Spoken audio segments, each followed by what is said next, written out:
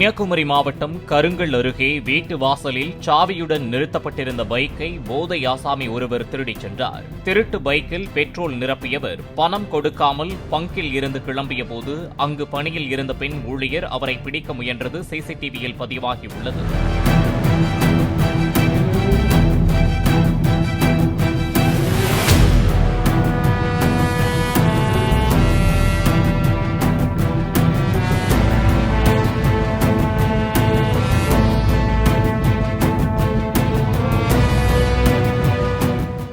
Play store மற்றும் app ஸ்டோரில் இருந்து பாலிமர் செயலியை QR கோடு மூலம் பதிவிறக்கம் செய்யுங்கள். செய்திகளை உடனுக்குடன் பெறுங்கள்.